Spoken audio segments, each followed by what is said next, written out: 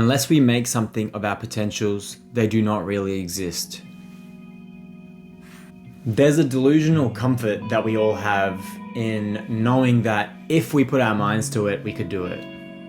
If you're naturally gifted with intelligence and taste and creativity, you know deep down that if you would really apply yourself, you could make something interesting of your life. You could live a great life.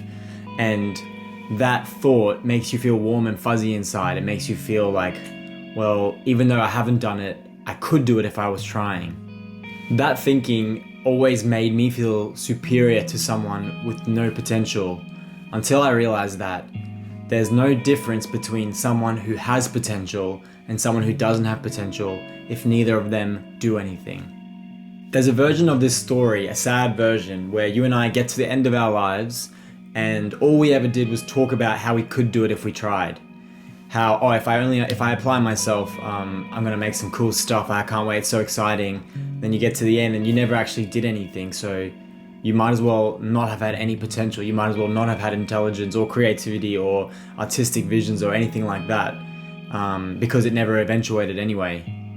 You get to the end of your life and you're sort of like a spring that was compressed, just waiting to spring up, but you never let go. So there was all the potential energy just went nowhere.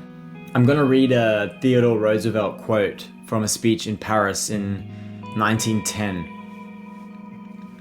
"The credit belongs to the man who is actually in the arena, whose face is marred by dust and sweat and blood, who strives valiantly, who errs, who comes short again and again, because there is no effort without error and shortcoming, but who does actually strive to do the deeds, who knows great enthusiasm, the great devotions, who spends himself in a worthy cause, who at the best knows in the end the triumph of high achievement, and who at worst, if he fails, at least fails while daring greatly, so that his place shall never be with those cold and timid souls who neither know victory nor defeat."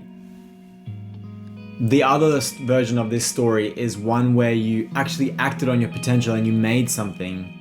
And in that story, that version of you faced the same laziness, the same hesitation, the same risks, the same outside opinions, but they did it anyway.